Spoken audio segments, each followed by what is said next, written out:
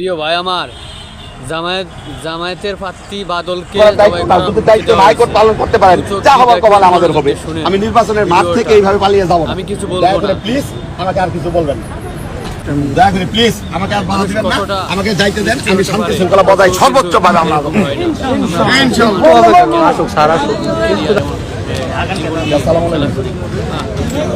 সবাই চলে যেতে হবে।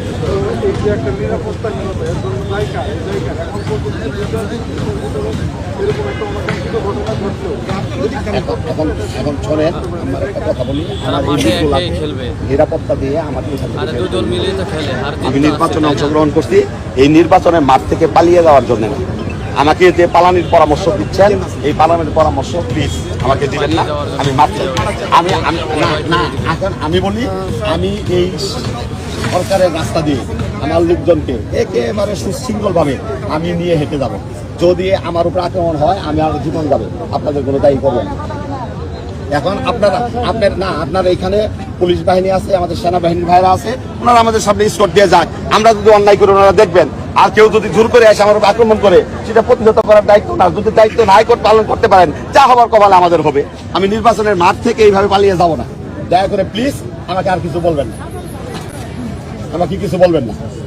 এখন সন্ধ্যা হয়ে যাচ্ছে, আমার কথাটা বোঝেন। যদি অন্ধকার নেমে আসে, এখানে আরো ভয়াবহ সংকটের সম্ভাবনা রয়েছে, তখন সমস্যা হয়ে যাবে। বরং এখন আমার সমস্ত কিছু কন্ট্রোলে আছে, আমার দলের সমস্ত লোকজন আমার কন্ট্রোলে আছে, আমি নিয়ে যাব সকলকেই। আপনারা আমাদেরকে সহযোগিতা করেন প্লিজ। ঠিক, থ্যাংক ইউ, আসসালামু আলাইকুম। আমার সঙ্গে যে সমস্ত ভাইরা এসেছেন, আমি আপনাদেরকে পায়ে ধরে অনুরোধ করলাম, কোনো প্রকারের সাউন্ড হবে না, একেবারে পিন পতন নিরাপত্তায় আমরা প্রশাসনের নেতৃত্বে আমরা এই রাস্তা দিয়ে যাব। ঠিক আছে, আমরা শান্তি চাই, আমরা ধৈর্যের সর্বোচ্চ পরাকাষ্ঠ দেখাতে চাই। যদি আপনারা আমার ভালো চান, যদি আপনারা আমার লোক হয়ে থাকেন, তাহলে দয়া করে কেউ গালি দিলেও একটা সাউন্ড করবেন না। ধন্যবাদ সকলকে।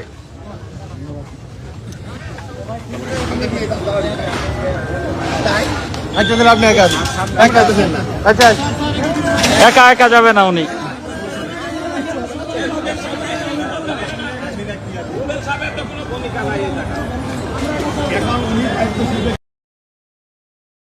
তাকে পালিয়ে যাওয়ার জন্য হুমকি দেওয়া হয়েছে, তাকে জবাই করে দিবে।